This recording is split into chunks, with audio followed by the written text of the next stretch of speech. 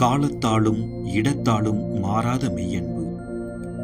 அருகில் இருக்கும் போதும் வெகு தொலைவில் இருக்கும் போதும் தன் சகோதர சகோதரிகளை ஒரே விதமாக அன்பு செய்து மதித்து, அவர்கள் நேரில் இருக்கும்போது எதனை சொல்லாதிருப்போமோ அதனை அவர்கள் இல்லாத போதும் சொல்லாதிருக்கும் ஊழியர் பேறு பெற்றோரே. அறவுரை 25. இன்றைய சிந்தனை. அன்பு ஒருபோதும் மாறாதது.